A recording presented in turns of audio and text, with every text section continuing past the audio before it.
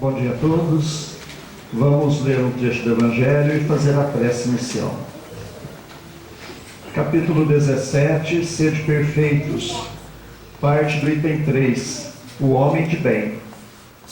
O verdadeiro homem de bem é o que cumpre a lei de justiça, de amor e de caridade, na sua maior pureza.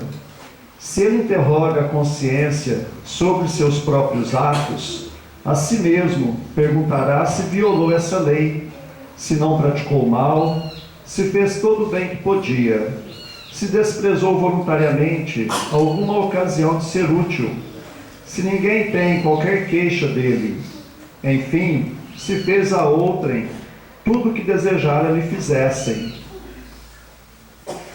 Possuído do sentimento de caridade e de amor ao próximo, faz o bem pelo bem, sem esperar paga alguma. Retribui o mal com bem, toma a defesa do fraco contra o forte e sacrifica sempre seus interesses à justiça. Encontra satisfação nos benefícios que espalha, nos serviços que presta, no fazer ditosos os outros, nas lágrimas que enxuga, nas consolações que prodigaliza aos aflitos. Seu primeiro impulso é para pensar nos outros, antes de pensar em si. É para cuidar dos interesses dos outros, antes do seu próprio interesse. Vamos orar. Pai nosso que estais nos céus, santificado seja o vosso nome. Venha a nós o vosso reino, seja feita a vossa vontade, assim na terra como nos céus. O pão de cada dia dai-nos hoje, Senhor. Perdoa, Pai, nossas dívidas, assim como nós perdoamos nossos devedores. Não nos deixes a entrega às tentações e livra-nos, Pai, de todos os males.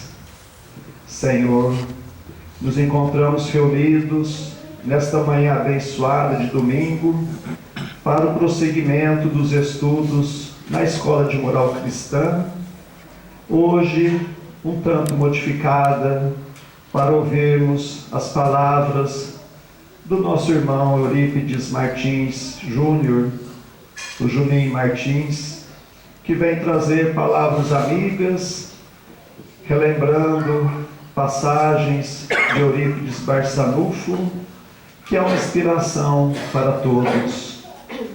Que possamos, Senhor, compreender bem estas passagens e nos fortalecer para a prática diária dos vossos ensinamentos. Assim, agradecidos, nós iniciamos o encontro desta manhã.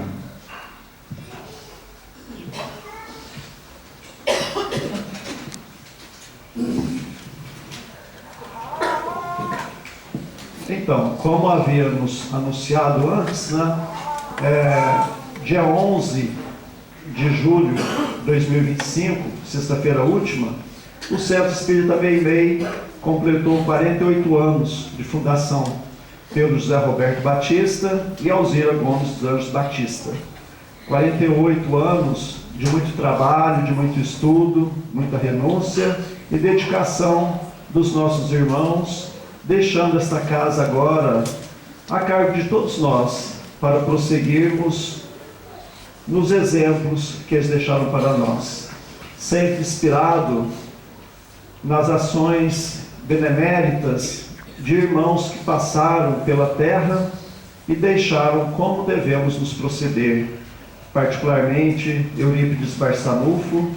A nossa região franca tem um vínculo muito grande com Santa Maria, com Sacramento. É muito terno esses laços da nossa região. E eles estão sempre amparando a toda a humanidade e incluindo a nossa região e todos nós.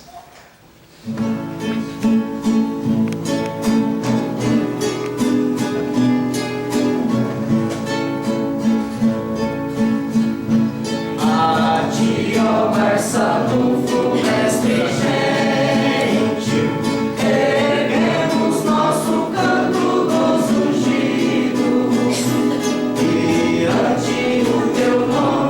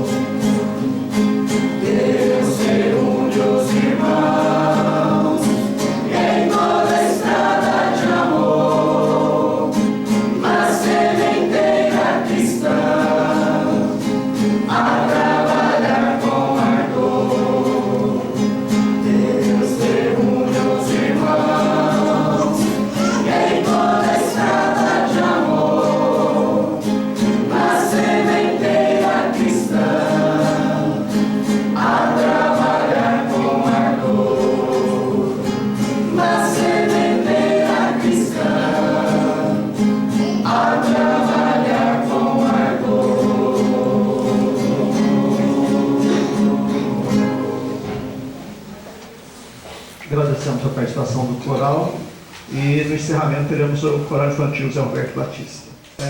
Vieram acompanhando o Juninho, o Valdez, a Edna e suas filhas Jéssica e Vanessa. Sejam sempre bem-vindos aqui. Então, vamos passar a palavra ao Juninho.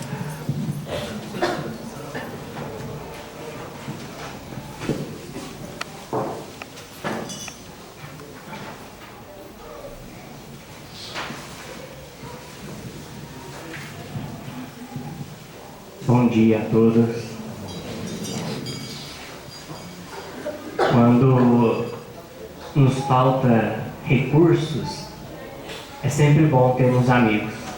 Obrigado pela forcinha dos irmãos, dos amigos, pela colaboração de nos auxiliar a estarmos aqui. Bom, já que estamos aqui em cima, eu peço licença. Não vou ficar de pé hoje não. Recebemos o convite com muita alegria no nosso coração para celebrarmos mais um ano de trabalho, mais um ano de devotamento com Jesus, mais um ano de renúncia, porque todo trabalho ligado ao Cristo é traduzido também na renúncia, no esforço de todos nós. Eu gostaria de trazer só uma lembrancinha de um livro, presenteando a casa, as crianças, a mocidade, para aprender um pouquinho com uma das vidas deste Espírito. Talvez a primeira que temos conhecimento, porque olhar para Eurípides Barçanufo é olhar para a madureza de um Espírito que há muito tempo dedica de todo o amor, de todo o trabalho, de toda a fidelidade com Jesus. Então é só um pequeno carinho em agradecimento ao convite e agradecimento a esses 48 anos de trabalho desta casa. Nós que agradecemos a grande espera, vai estar na nossa biblioteca.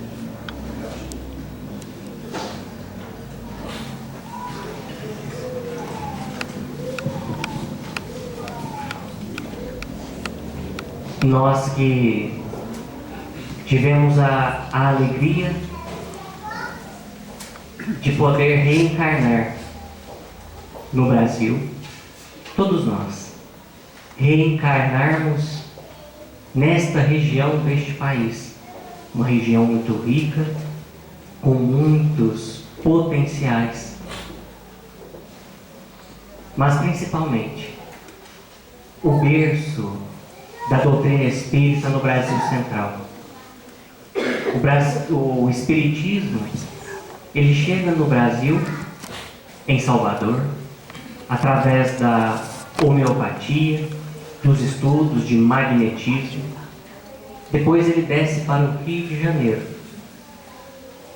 E sob a coordenação do Dr. Bezerra de Menezes, na Federação Espírita Brasileira, a doutrina espírita ganhou ali um roteiro, ganhou uma consolidação, tanto nas bases legais, pelo trabalho do Dr. Bezerra de Menezes, na política e como espírita, principalmente, mas essa doutrina ganha corpo, ela se torna conhecida, divulgada no Brasil Central, sobretudo no seu início lá em Santa Maria, aquela região rural, no meio de trabalhadores simples, pequeninos, e que deram seu contributo de trabalho, proporcionando para que todos nós estejamos aqui hoje, nesta manhã, passado mais de 100 anos de trabalho. No próximo 28 de agosto, completando 125 anos de trabalho. Portanto, quando chegamos aqui, estava comentando se teria alguma passagem do Evangelho segundo o Espiritismo que poderia ser ligada ao nosso querido tio Eurípides. Bom, convivendo com a tia Igorina lá na chácara, com a tia Nizinha, Certa vez elas, quando estavam na companhia do Chico, perguntaram se não teria talvez um livro de autoria do próprio Eurípides, ou um livro, além do livro Eurípides, o Homem e a Missão, que contasse a vida de Eurípides, tanto no plano espiritual quanto no plano físico. Então o Chico, resumindo para elas, disse: mas esse livro já existe. Não é necessário ter outra obra que fale de Eurípides. Esse livro já existe. E ele se chama O Evangelho segundo o Espiritismo. Porque a vida e obra, não de um homem quanto Eurípides, mas de um espírito que na última encarnação nós o reconhecemos como Eurípides, ela é personificada no Evangelho segundo o Espiritismo. Por isso, em todas as passagens ali, em todos os seus 28 capítulos, contando também a introdução, nós temos uma vida de um espírito. Portanto, logo no início do Evangelho, temos aquela mensagem falando sobre os Espíritos do Senhor. Que os Espíritos do Senhor são como estrelas cadentes que descem do céu na terra, semelhante a um general que, quando dá a ordem, os seus soldados estão prontamente dispostos a cumprir essa ordem.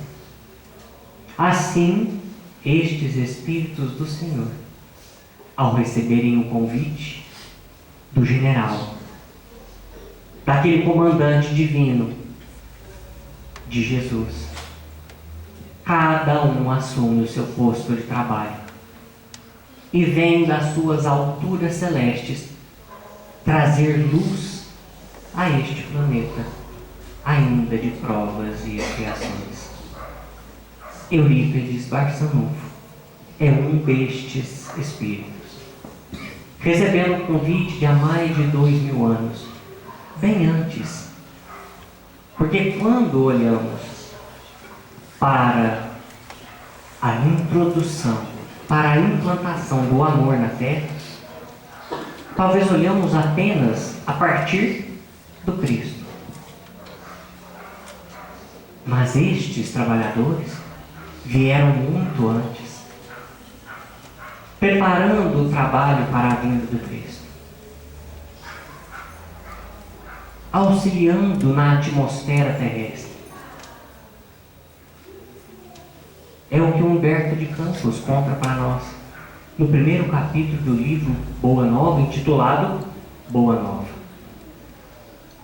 que para a vinda de Jesus todo o planeta foi preparado.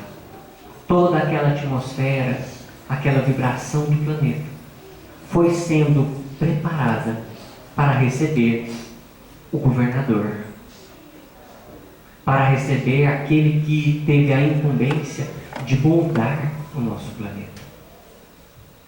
Por isso, espíritos ainda endurecidos foram retirados do plano físico e muitos reencarnaram, ligados à arte, à filosofia, para que assim proporcionassem um ambiente a qual Jesus pudesse vir e encontrasse recursos para a implantação do amor na Terra, a implantação do reino de Deus na Terra. Quais eram esses recursos que Jesus precisava? Corações abertos, dispostos a ouvir a sua mensagem. E se olharmos para a vida de Cristo, por todo o trabalho, por todas as fases que Jesus vivenciou, nós vamos reconhecer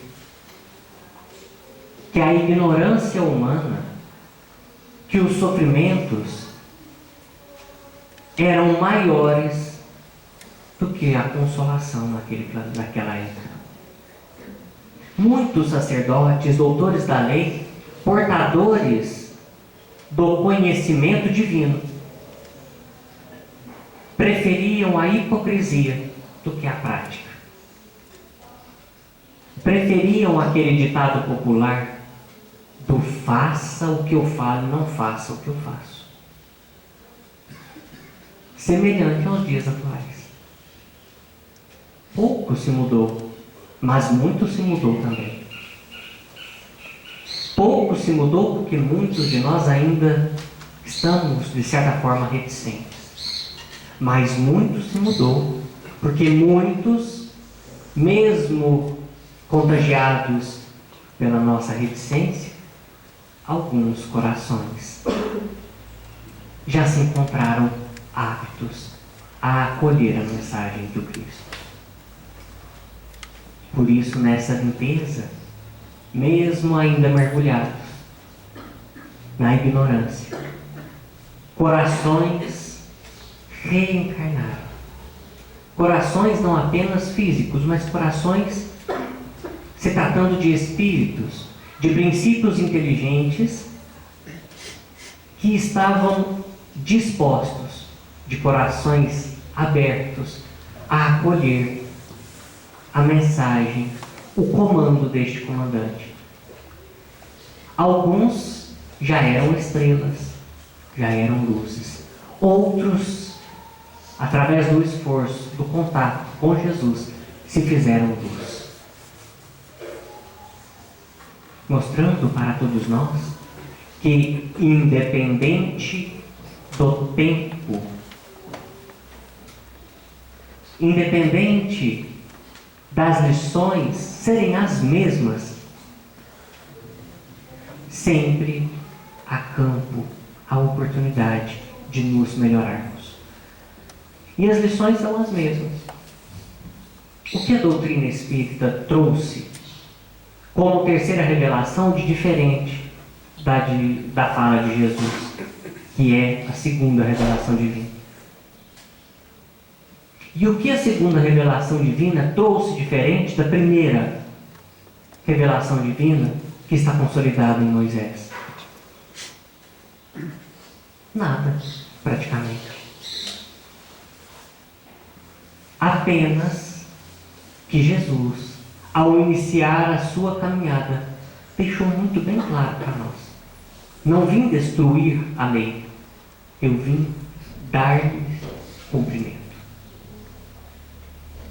Então não é nada de novo para nós.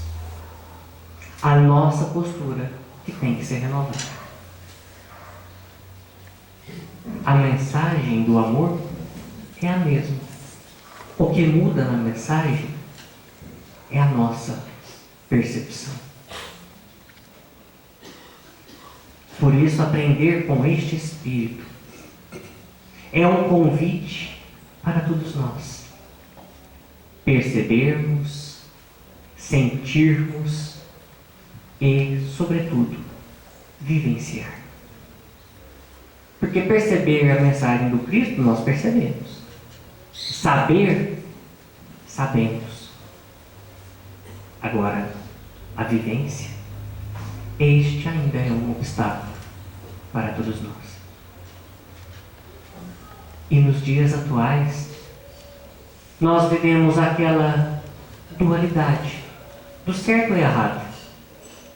Dualidades da nossa vida, escolhas, certo, errado, bem, mal, para cima, para baixo, felicidade, tristeza. Tudo a cargo das nossas escolhas.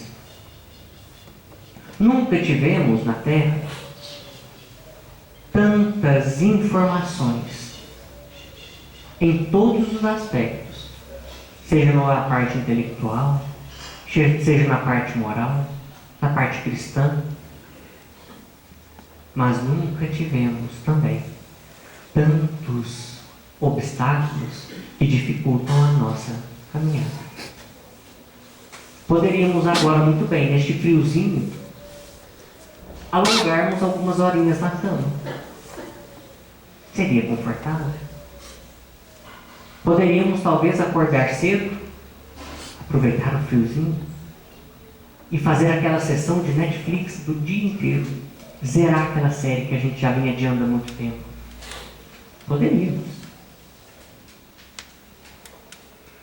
Mas todos nós, no nosso dia a dia, nós temos aquele encontro com o Cristo tal como Públio Lentulus. Encontramos-nos em momentos decisivos das nossas vidas. Está no nosso querer, na nossa atitude de começar.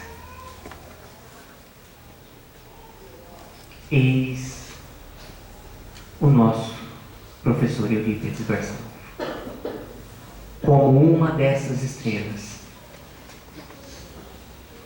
como um samaritano, como um semeador, como um trabalhador da última hora, como um homem de bem, como foi lido. Todas as lições do Evangelho, personificadas em Eurípides. Por isso, aprendermos com ele é nos identificarmos com o verdadeiro discípulo do Cristo. É saber o porquê, em um dia igual hoje, deixamos o conforto da nossa cama e adentramos esta casa. Aprender com os passos de Eurípides é saber o porquê devemos maratonar as lições do Evangelho. Este Espírito, convidado por Jesus, desde o livro A Grande Espera, dando testemunho de fidelidade ao Cristo. Mas de todas as passagens do Evangelho que Eurípides personifica, vamos escolher aquela que está no Evangelho, intitulada Os Trabalhadores da Última Hora. Aquela parábola, aquela história que Jesus deixa para nós. Ensinamentos através de histórias, porque o nosso modo de aprendizado é por assimilação. Nós vamos vendo alguém ou algo e vamos nos assimilando, vamos nos colocando naqueles personagens, naqueles trabalhadores. E como sem percebermos, somos atraídos por vivenciar o que estes personagens, esses espíritos, vivenciaram.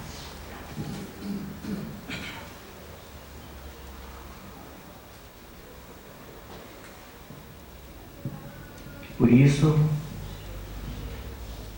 na parábola dos trabalhadores da última hora, de uma forma muito resumida, pois acredito que todos já temos o conhecimento, ali Jesus conta que o Senhor da vinha sai com a finalidade de angariar trabalhadores para a sua vinha. Então ele sai na primeira hora a convidar aqueles que pudessem trabalhar na colheita da uva, na sua vinha. E então ele sai na segunda hora e, encontrando assim outros trabalhadores, convidam para que tenham uma jornada de trabalho. Passado algum tempo, ele sai na terceira hora e novamente convidam outros para que ali fossem trabalhar na sua vinha. E por fim ele sai na quarta hora. E encontrando aquelas pessoas no caminho, pergunta: o que vocês estão fazendo aqui? Por que não estão trabalhando? Então eles dizem: ora, porque até o momento ainda não fomos convocados para o trabalho. E então o Senhor na hora diz: pois bem, ide à minha vinha, ide trabalhar, que seja por uma fração do dia, mas ide e trabalhai. E assim, ao final da jornada, o Senhor chama todos os trabalhadores para efetuar o pagamento para eles, começando dos últimos para os primeiros, pagando uma moeda àqueles que chegaram por último e aqueles que estiveram na primeira hora, vendo o pagamento de uma moeda, aqueles que chegaram no final da jornada acreditam então: opa, meu salário vai ser maior, a minha recompensa vai ser maior, porque eu trabalhei, eu aguentei o peso todo do dia. E quando chegaram a vez de receberam uma moeda. E entre eles começaram um certo burburinho, algumas conversas, alguma reclamação. E o Senhor lá vem e questiona: mas por quê? O que vocês estão questionando? Nós não combinamos o pagamento de uma moeda? Eu não estou sendo injusto com vocês. E assim, os trabalhadores da última hora, deixando que os últimos serão os primeiros serão os últimos. Eurípides Barçanufo representa para nós, hoje, aquele que aceitou o convite de trabalho da primeira hora. Desde antes da vinda do Cristo, como nos descreve o livro A Grande Espera, como o personagem Marcos. Aquele personagem, aquele jovem, que já era cristão, sem o termo cristão ter sido criado. E que ali é martirizado.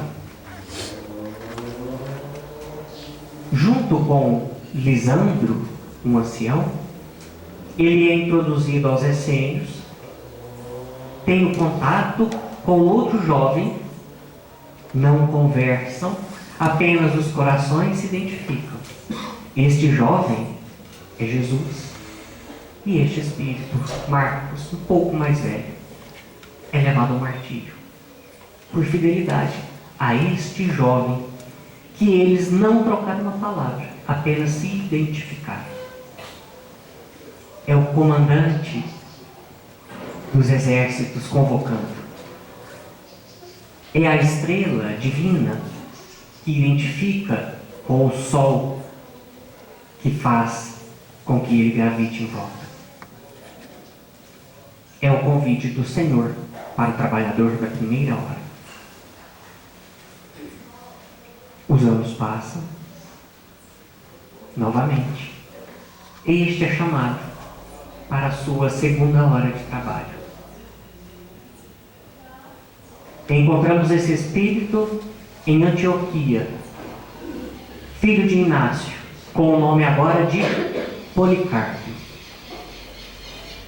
Quando Inácio recebe dos discípulos a incumbência de assumir a igreja de Antioquia, deixa o filho Policarpo sob a tutela de João o Evangelista e Maria em Éfeso. Na segunda hora de trabalho, este espírito que não conversou com o Cristo teve a oportunidade de aprender junto com a mãe de Jesus e o discípulo fiel, meigo, aquele discípulo que via Jesus com um olhar, com uma candura de um irmão mais velho. Talvez bebeu da água mais pura do cristianismo possível na época. Policarpo, então, assume, com o passar do tempo, a igreja de Antioquia e pela segunda vez é martirizado. Em nome do Cristo, em fidelidade a Jesus.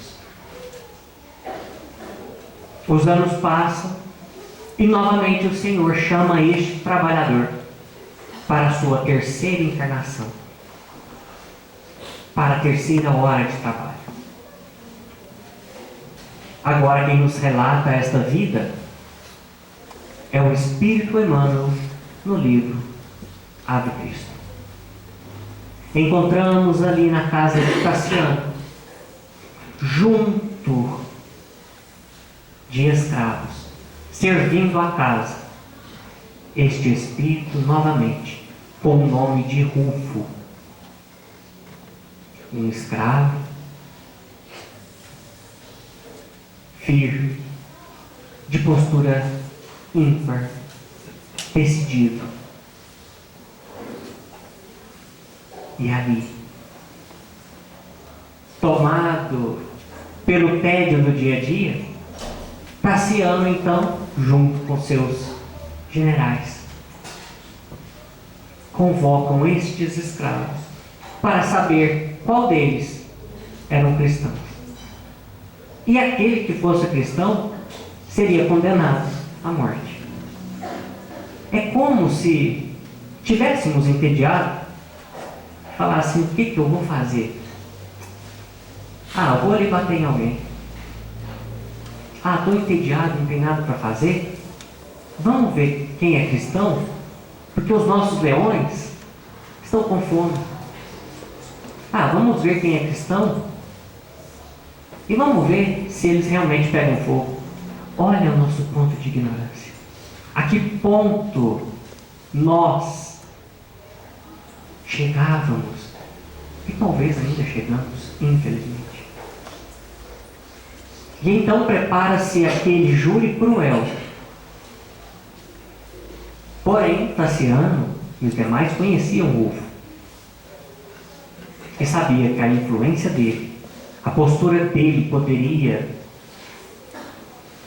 mudar a decisão dos demais escravos.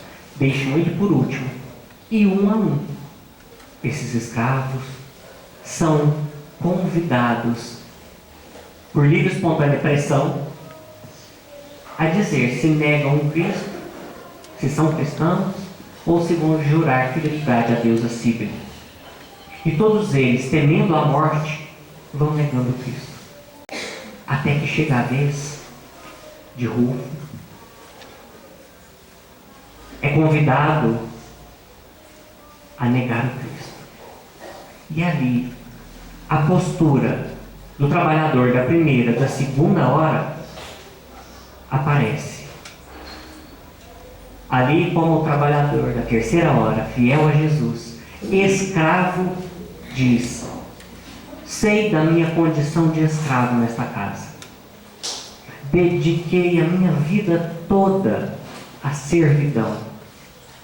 Mas o meu espírito é livre. Este me pertence.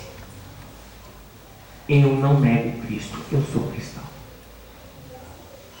É infligido por várias vezes a negar o Cristo. Quando Cassiano diz: olha, a sua decisão pode ter sérias consequências. E novamente ele diz: não fiz nada que esteja em desacordo com a minha consciência. Aqui, o trabalhador da terceira hora, quando ele diz que não fiz nada que esteja em desacordo com a minha consciência, Rufo está dizendo o que está escrito na questão 621 do Livro dos Espíritos. Aonde está escrita a lei de Deus? Na nossa consciência. Ele acessa ali todos os desígnios de Deus. Ele acessa o compromisso que cada um de nós devemos ter de forma consciente de vivenciar, de sentir as leis de Deus no dia a dia. Aí a gente começa a entender por que nós não estamos em casa, debaixo da coberta, curtindo a preguiça, e viemos aqui. Cada reunião que estamos tendo aqui, que temos a liberdade de estarmos unidos, é uma forma de acessarmos as leis de Deus, a nossa consciência. Porque na questão 621A, Allan Kardec ainda pergunta: se as leis de Deus estão escritas na nossa consciência, então por que novamente vem mostrar? Por que novamente precisamos acessá-las, ter conhecimento delas? Então os Espíritos dizem: Deus assim quer, porque nós esquecemos. Nós esquecemos que as leis de Deus regem a nossa vida. E ali um escravo diz: nada fiz que esteja em desacordo com a minha consciência. O meu espírito é livre. E então, ele é preso novamente. Tem aquele tratamento de um hotel 5 estrelas. Imagina para ele aquela massagem, aquela cama confortável que era comum aos prisioneiros. Novamente ele é chamado para dar o testemunho de negar o Cristo. Só que dessa vez ele é infringido ali a chantagem sentimental, porque é mostrado para ele a sua esposa, as 2 filhas, e que seriam vendidas como escravas se ele não negasse o Cristo. Mas ali é um trabalhador reiterando, novamente convocado ao trabalho, e confia que quem o convocou para o trabalho iria saber cuidar de suas filhas, de sua esposa. Ele entrega a sua família nas mãos do Cristo. E no momento do desencarne, ainda diz aos seus algozes: o que vocês estão me infringindo hoje, a morte, vocês passarão amanhã. Porque a morte é um fato para todos nós. Um dia desencarnaremos. Todos nós. Ninguém fica para semente. E ali, o que vocês estão infringindo hoje, vocês passarão amanhã. Mas eu sei para onde estou indo, eu sei o que me aguarda. Agora, cada um cumprindo as leis de Deus, sabemos para que vamos. Neste momento ali, Tassiano e os demais soldados, ignorando as leis de Deus, colheriam no futuro dores e sofrimentos. O povo desencarna. Os anos se passam. Novamente nós o vemos, este espírito reencarnado mais uma vez na Suíça, com o nome de Johann Caspar Lavater. Aquele mesmo que assina mensagens no livro Obras Póstumas e na revista Espírita como J.K. Lavater. Aquele que correspondera com a imperatriz da Rússia, dizendo a ela que depois da morte do corpo físico, a vida continuava. E que existia um mundo a qual a alma iria dar continuidade na sua vida. Lavater é companheiro de Pestalozzi na Suíça, precursor de Allan Kardec. Muitos trabalhos de Lavater foram na forma de precursor do codificador da doutrina espírita. A escola de Pestalozzi recebe Allan Kardec, mas ali, tanto Pestalozzi quanto Lavater colaboraram para a formação educacional de Allan Kardec. Nesta encarnação, porque Allan Kardec é um espírito preparado, um dos trabalhadores, uma das virtudes do céu. E mais uma vez, como um trabalhador da última hora, ou da primeira, da segunda, da terceira, da quinta, enfim, um trabalhador que atende o chamado, recebe mais uma vez a incumbência de dar o testemunho no planeta Terra, de ser mais uma vez fiel ao Cristo.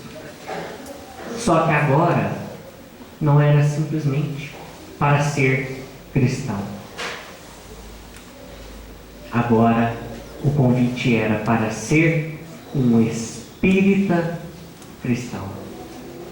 Na implantação da terceira revelação do Consolador prometido em terras brasileiras. E naquele 1º de maio do ano de 1880, este espírito assume mais uma vez a veste física com o nome de Eurípides Barçanufo,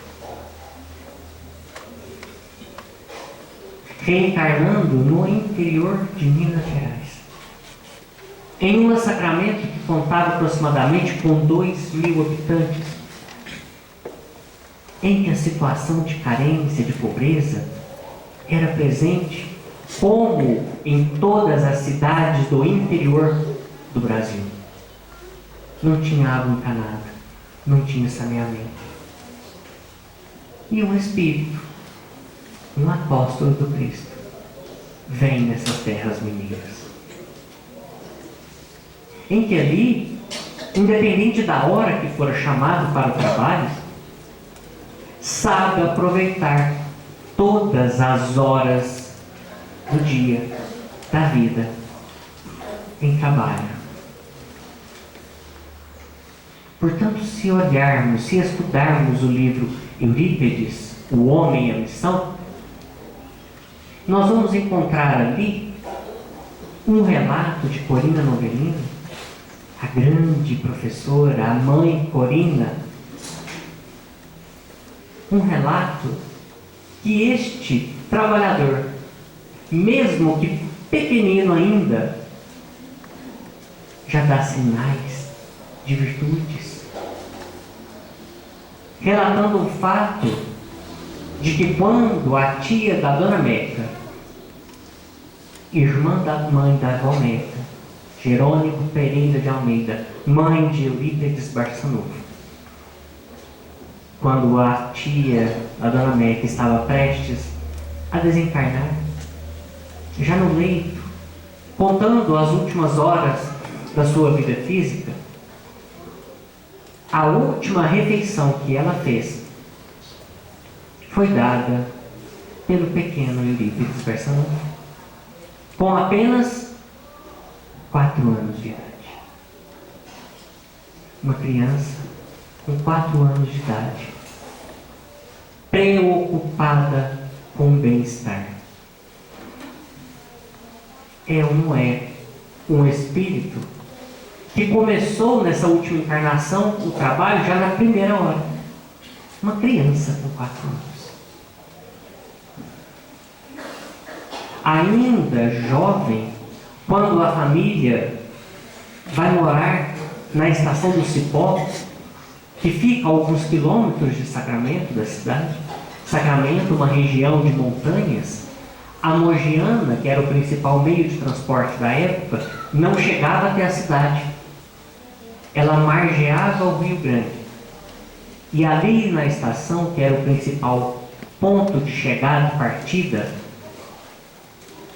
das pessoas, dos viajantes, de recursos, a família do senhor Mogico, Hermógenes Ernesto de Araújo e da Dona Meca Jerônimo Pereira de Almeida, transfere a residência de Sacramento para a estação do Cipó. O senhor Mogico tinha um comércio, e lá o comércio teria um progresso, teria uma melhor circulação de mercadorias, porque era o principal meio de transporte. Ali nós vamos encontrar Eurípides, dos 7 aos 9 anos de idade, trabalhando, carregando as malas de quem ia ou vinha durante as viagens, vigiando os animais e recebendo algum dinheirinho, algumas moedas, guardando na sua meia. Aí nós temos o termo pé de meia, as economias. Quando já tinha alguns recursos, entrega aquelas moedas para a mãe, dizendo: mãe, esse dinheiro, essa pequena economia, é para que a senhora compre o pão quando faltar a mesa. Com 7 anos de idade. Com 16 anos de idade, Eurípides funda uma farmácia homeopática. Extremamente preocupado com a mãe, a dona América, que tinha uma saúde frágil, e com os demais necessitados. Com 16 anos, funda uma farmácia homeopática e já sai a distribuir medicamentos. O cuidado com os mais velhos, com os necessitados. Além do cuidado, Eurípides Barçanufo é um espírito que tem uma sensibilidade para o belo, como nos diz Leon Denis, no livro O Espiritismo na Arte. A arte, em todas as suas expressões, música, teatro, pintura e tantas formas, traduzindo o belo, é aquele meio, aquele recurso capaz de educar espíritos, pessoas, através da sensibilidade que a arte provoca em todos nós. Eurípides era um amante da arte. Frequentava diversos saraus na casa da professora Ana Borges, conhecida como Ciana Borges. E ali ele participava desses saraus, declamando poesias, incentivando ali no Colégio Allan Kardec, antes de ser Colégio Allan Kardec, ainda com o nome de Liceu Sacramentano, Eurípides já incentivava a arte, o teatro, a música. E ele dedicava uma atenção especial ao teatro, porque para ele o teatro era uma das formas de se educar. Porque nós aprendemos, como comentei antes, por assimilação. O que Allan Kardec pergunta na questão 625? Qual o tipo mais perfeito que Deus ofertou ao homem para servir-nos de guia e modelo? A resposta é Jesus. Ou, em outras traduções, vede Jesus. Ou seja, não é só saber que é o Cristo, é ver, é reconhecer que é o Cristo. Por isso nós aprendemos por assimilação. Nós vemos o que Jesus fez e tentamos fazer igual. As nossas crianças aprendem por nós, mais velhos. Por isso Eurípides tinha um cuidado com o teatro, com as artes, para que quem estivesse assistindo, de alguma forma, pudesse se identificar com a peça, com a trama que estava sendo apresentada ali, e assim poder melhorar-se, identificando com aqueles personagens, se colocando no lugar deles. E eram peças de alto teor moral. Isso tudo sem ser espírito. Ali, com 24 anos, antes de se tornar espírita, Eurípides já era professor, diretor do Liceu Sacramentano, tinha farmácia homeopática, tinha o jornal A Gazeta de Sacramento, era membro fundador da Sociedade São Vicente de Paulo, ligada à Igreja Católica, a qual ele era um católico fervoroso, extremamente identificado com a fé, com a religião, com Jesus. Mas, mesmo ligado à religião, algo perturbava o seu coração.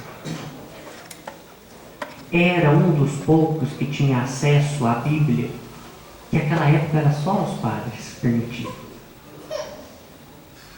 Lendo a Bíblia, acende a dúvida no seu coração quanto ao Sermão do Monte, quanto às bem-aventuranças. Ora, por que Jesus prometera tanta beleza? E por que demorar ainda tanto tempo a ser implantada na terra? Será que Jesus teria prometido algo e ainda não fora cumprido? E conversando com os padres, seus amigos, que também eram professores do Liceu Sacramentano, a resposta era: as bem-aventuranças ainda são os mistérios divinos, algo que nós ainda não compreendemos. Mas será 1800 anos da vinda do Cristo? O que explicar para o coração que já fora fiel a Jesus em outras encarnações? Como esclarecer? Como despertar aquele coração para o seu compromisso?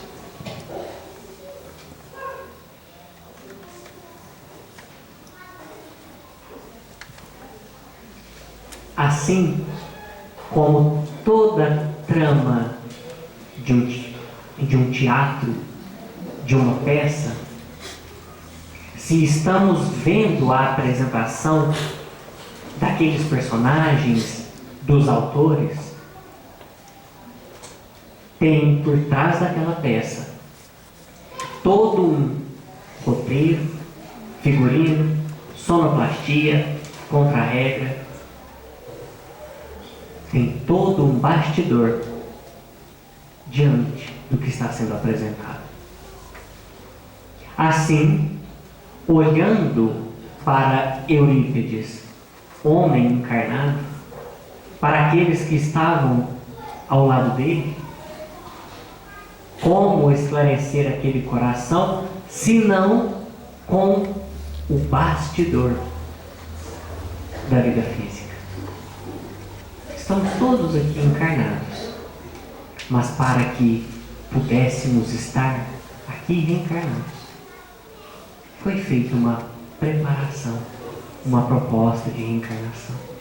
Amigos queridos estão do lado de lá, nos auxiliando, tutelando a nossa encarnação. Alguns vieram antes, outros vieram depois, mas existe todo um plano espiritual que proporcionou que todos nós estivéssemos aqui hoje.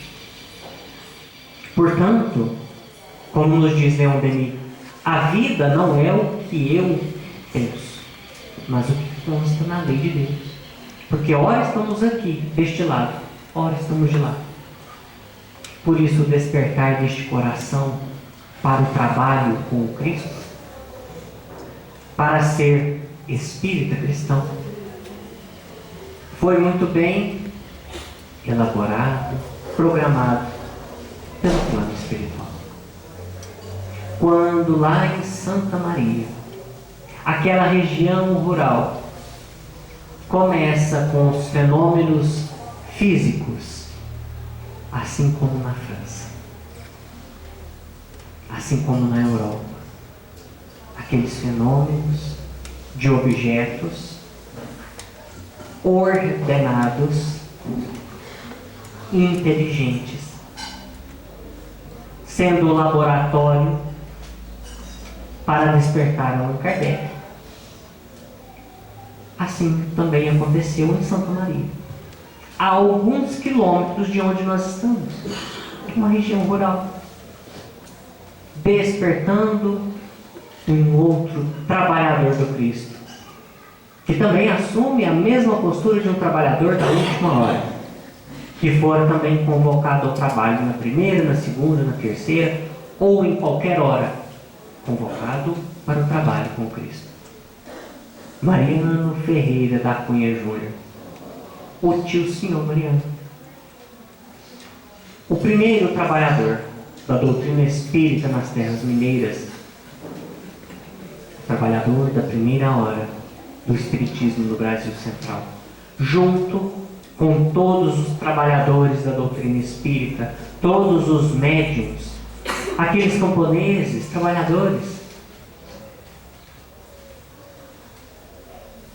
aqueles familiares nossos, trabalhando na primeira hora lá em Santa Maria. Se não ligados nos laços consanguíneos, nos laços espirituais, reencarnados ali naquela região, auxiliando aquele que for o pioneiro, o tio Senhor Mariano, tio de Eurípides Barçanufo, irmão da Dona Meca, pelo casamento na segunda núpcias da mãe da Dona Meca com o pai do tio Senhor. A diferença de idade de Eurípides para o tio Senhor era de aproximadamente não, era de 5 anos de idade. Portanto, além de tio, uma relação de tio para sobrinho, eram amigos. E o tio Senhor iniciando os trabalhos da doutrina espírita. Eurípides Barçanufo, ligado à Igreja Católica, ao saber que o tio iniciava esse trabalho com aquela dita religião do demônio, porque não era compreendida ainda, tenta de todas as formas demover o tio, porque para ele o tio tinha ficado louco.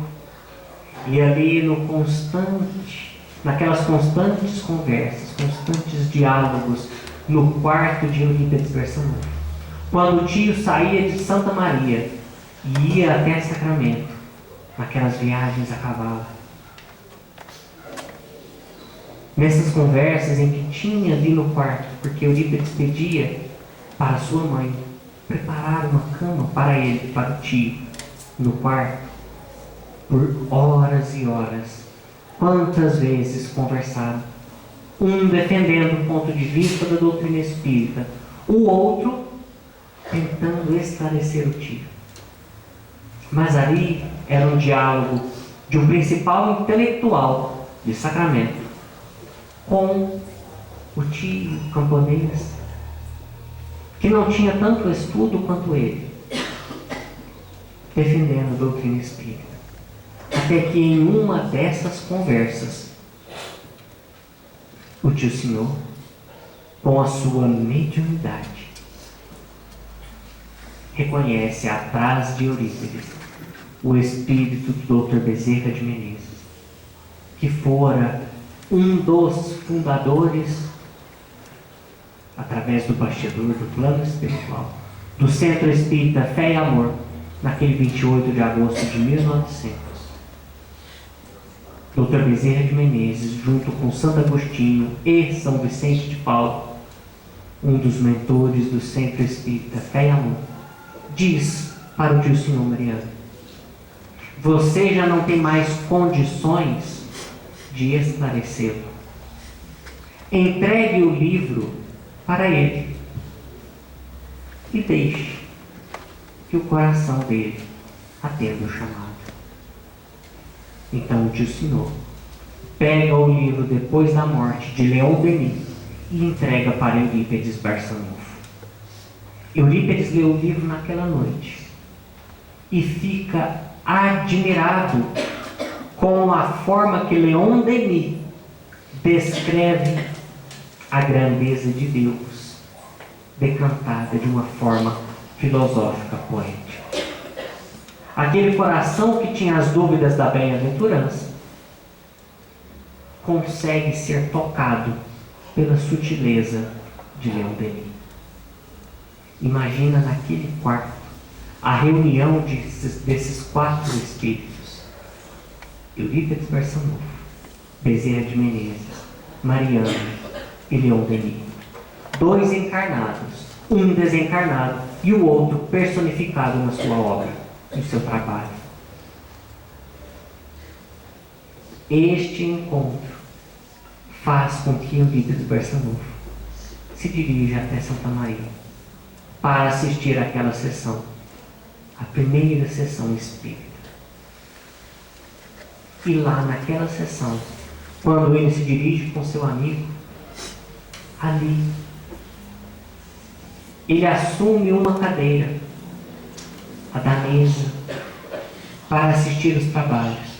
E quando o Senhor comunica que vai passar para a segunda parte dos trabalhos, que era a comunicação dos espíritos com os vivos, então Eurípides lembra das bem-aventuranças. E é como uma forma de ser convencido, de tentar entender o que era tudo aquilo, formula uma pergunta mental. Se realmente fosse possível o comunicado, o intercâmbio dos mortos com os vivos, ele gostaria que João, o evangelista, explicasse para ele as bem-aventuranças através do médium Aristides. Se olharmos apenas este pedido formulado mentalmente, apenas com os olhos materiais, talvez vamos ver uma postura de quem quer tirar a prova, porque ele escolhe o espírito, escolhe o tema e escolhe através de quem. Ali ele sabia que Aristides não tinha conhecimento intelectual para esclarecê-lo. Mas aos olhos do espírito não foi um pedido qualquer. Porque ali, com o nome de Eurípides, era o mesmo espírito que fora Policarpo. Era o aluno recorrendo ao professor João Evangelista, mesmo no subconsciente. E ele pede novamente para que o seu professor de outrora o esclarecesse sobre a mensagem do Cristo. E então Aristides se levanta, cumprimenta Eurípides, dizendo: meu caro discípulo, venho como em outrora esclarecer as dúvidas que tanto aflige o teu coração. Nós já nos conhecemos de longa data. E começa a explicar bem-aventurança por bem-aventurança, à luz da lei do trabalho, da lei do progresso, da lei do amor, da lei da reencarnação. E quando encerra toda a explicação, ele diz: paz, João, o evangelista. Ali desperta o coração do trabalhador. Ali, aquele cristão de outrora, que dera sua vida para o Cristo, fiel a Jesus, é novamente convocado para ser o trabalhador da primeira hora da doutrina espírita em Sacramento, mas principalmente no Brasil Central. Assumindo seu compromisso como espírita, ampliando todo o trabalho que ele assumira com Jesus. Porque Eurípides Barçanufo, antes de ser espírita, ele já era o cristão por excelência.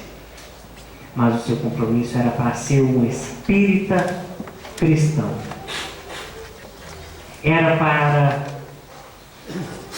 ser ali um dos trabalhadores da Boa Nova Rede Vida.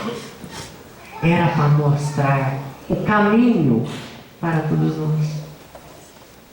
Mostrando para todos nós que não importa a hora do chamado, mas que cada um de nós precisamos sim sermos os trabalhadores da nova era. E no seu testemunho de vida, de sacrifícios, sim, como em Marcos, como em Policarpo, como em Rufo, nas dificuldades do dia a dia. Porque em nenhum momento Eurípides Barçanufo teve facilidades. Por isso é o que nos espera como trabalhadores do Cristo. Receberemos sim a recompensa do esforço de trabalho. Há uma moeda que nos foi prometida ao final da jornada de trabalho, mas o pagamento da jornada de trabalho vem somente se suportarmos o esforço do trabalho. Sermos espíritas agora é mais fácil, mas em nenhum momento nos isenta do esforço. Pode ser mais fácil porque temos conhecimento, pode ser mais fácil porque temos recursos, mas o esforço de trabalho, a boa vontade é a mesma de Eurípides tirar a prova se a doutrina espírita era verdadeira ou não, de sair de sua casa e ir a Santa Maria. É o mesmo esforço de passar horas e horas aviando receitas, fabricando remédios, recebendo mensagens de psicografia, trabalhando na caridade. Porque se a mediunidade é uma das formas do espírita trabalhar, não nos esqueçamos, a caridade vem primeiro. Portanto, se queremos ser trabalhadores da última hora na doutrina espírita como médiuns, não nos esqueçamos que a caridade vem primeiro. E Eurípides inicia o trabalho da caridade não depois que se torna espírita, mas com 4 anos de idade, fazendo pouco de que lhe cabe, mas fazendo. Portanto, para nós, o convite para sermos trabalhadores começa em casa. Começa no pequenino, no dia a dia, na condução dos filhos, no bom convívio com os irmãos, no suportar a fé, a paciência, a resignação no lar, no trabalho do dia a dia. Aprender com Eurípides e aprender com Jesus. Reconhecer Eurípides como professor é nos colocarmos como alunos. Porque a parábola dos trabalhadores da última hora traz um ponto importante para todos nós: o tempo. Independente de se é a primeira, segunda, terceira, quarta ou última hora. Eurípides um dia foi trabalhador da última hora, mas a boa vontade de ser trabalhador da última o qualificou para um dia ser trabalhador da primeira hora. Por isso nós, independente da hora de sermos chamados para o trabalho, atentamos, estejamos prontos para o trabalho. Independente da hora se será o último, um dia todos nós alcançaremos a perfeição moral e espiritual. Um dia todos nós seremos trabalhadores da primeira hora. E como é bom trabalharmos juntos. Como é bom trabalharmos ao lado de um Eurípides Barçanufo, de um Mariano Ferreira da Cunha Júnior, de uma Igorina Cunha, de uma Nizinha Cunha, de tantos trabalhadores, de uma Dona Alzira, aqui. Como é bom trabalharmos nós lado a lado de outras, independente se é a primeira ou se é a última. Por isso, aprendermos com Eurípides é reconhecer o que seu irmão, ou Milton Wilson, define Eurípides Barçanufo, que está lá no livro Eurípides, o Homem e a Missão. Quando ele diz que Eurípides foi o que nós somos hoje. E Eurípides é o que um dia nós seremos. Ele foi o que somos, aprendizes. Mas ele é o que um dia seremos, trabalhadores da primeira hora com Cristo. É o que também o próprio Hamilton diz no hino Eurípides, no hino a Barçanufo, que o coral cantou agora há pouco. Para todos nós, diante da oportunidade do trabalho e diante do esforço que devemos empregar em permanecer no trabalho, dizendo para nós: avante, kardecistas altaneiros. É no trabalho fecundo do amor que tornaremos cristãos verdadeiros e atingiremos no bem o esplendor.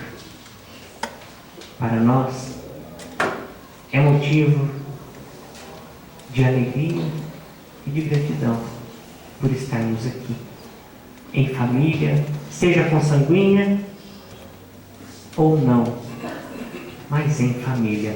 Seja a família terrena, que eu consigo ver agora, e seja os nossos queridos familiares que estão conosco no plano espiritual, que eu não os vejo, mas temos a certeza que estão aqui. E se me permite, já passei uns minutinhos como um encerramento,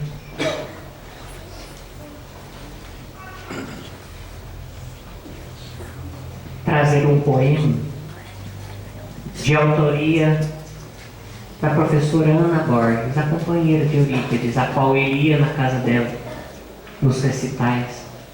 Quando ela, desencarnada, traz um poema dizendo que é intitulado Lembrando Eurípides, quando ela diz assim: na terra de Sacramento, engrinaldada de flores, por bênção dos sofredores, um astro pôs-se a fugir.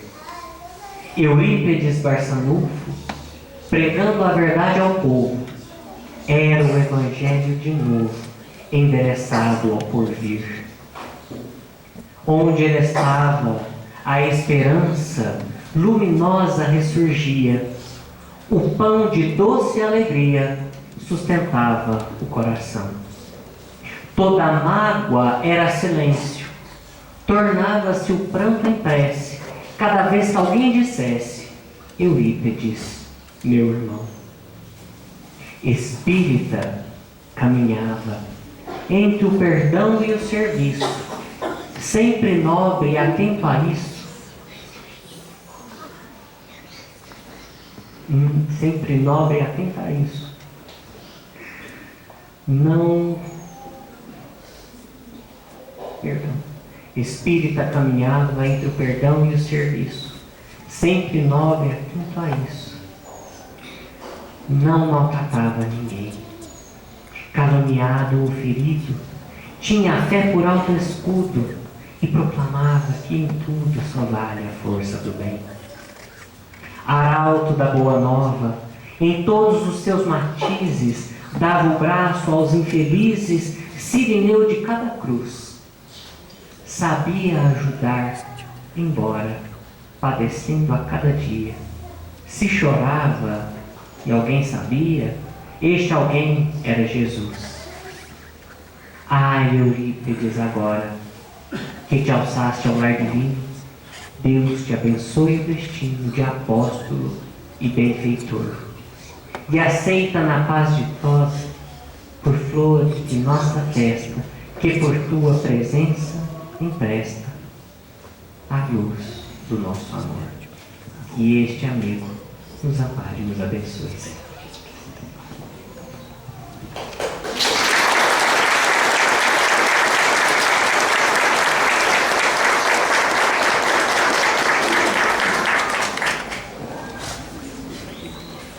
Chama lá o coral para a gente preparando, por favor, nos grupos. Tem uma frase filosófica muito interessante que diz assim: é muito fácil falar difícil e é muito difícil falar fácil. E o Juninho conseguiu essa arte difícil de falar fácil para todos nós. Solana e a Ivanir prepararam um mimo para o Juninho, As Folhas da Malva, lembra da Vovó Meca.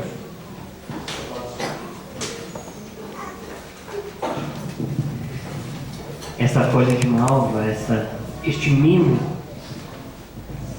é uma tradição da Dona Meca, da Vó Meca. Ela tinha ali seus problemas de saúde, seus constantes desmaios, o que motivou a Eurípides de se dedicar ao estudo da medicina para curá-la. Mas ele não a curou com recursos da medicina. Ele a curou com a doutrina espírita, porque o que ela tinha não era nenhuma enfermidade física, era mediunidade, era acúmulo de energia. E ela, a Dona Meca, ela é reconhecida como uma das maiores médiuns de cura que Sacramento já recebeu. E todos que iam na casa da Dona Meca, ela tinha o cuidado de que ninguém saía de lá com as mãos vazias.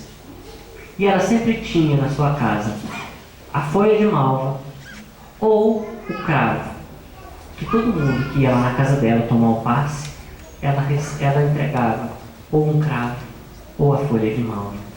Portanto, essa tradição da folha de malva vem lá da Dona Meca e permanece até hoje. E eu fico muito feliz em ver essa tradição expandindo, né? Não ficando apenas em Sacramento, mas chegando aqui nesta casa que é uma casa irmã de Sacramento, irmã de Santa Maria, uma das sementes lançadas pelo tio Eurípides e pelos trabalhadores. Então, estar aqui é o mesmo fluido, é a mesma alegria de poder estar em Santa Maria, neste intercâmbio tão bonito. Muito obrigado. Então, nós agradecemos muito a presença do Juninho. Com certeza teremos ele novamente aqui, os familiares que vieram também acompanhando. E é como aquele filho que retorna a casa, se permite falar assim, né? É um amigo que está de retorno à nossa casa também, e os familiares.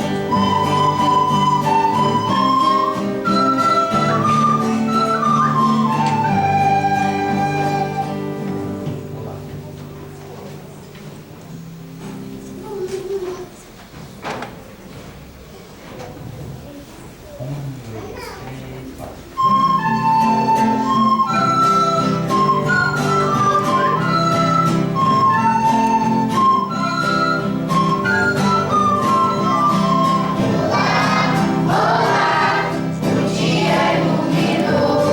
Olá.